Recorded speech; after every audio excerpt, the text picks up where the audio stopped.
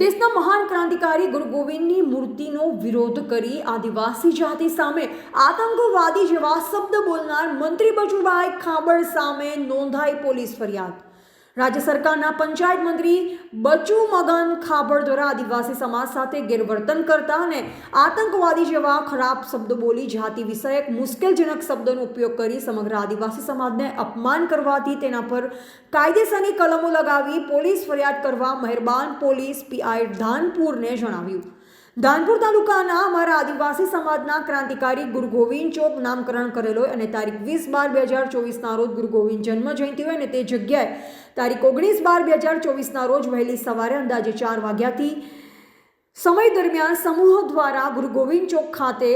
ત્યાં પહેલેથી આદિવાસી સમાજ દ્વારા ગુરુ ગોવિંદ ચોકનું નામકરણ કરેલ હતું, પરંતુ જ્યાં જબરજસ્તીથી અન્ય સમાજ દ્વારા ચોક બનાવવા માટે પ્રયત્ન કરેલો હોય, જેથી આદિવાસી સમાજને તારીખ 19/12/2024ના રોજ સવારમાં જાણ થતાં આદિવાસી સમાજના યુવાનો ઘટના સ્થળે પહોંચી ત્યાં ચોક પર સફાઈ કામ કરતા ત્યારે ગુજરાત રાજ્યના મંત્રી બચુભાઈ ખાબડ દ્વારા આદિવાસી સમાજના યુવાનોને આતંકવાદી જેવા શબ્દોનો ઉચ્ચાર કરતા આદિવાસી સમાજમાં ભારે આક્રોશ ફેલાયો છે।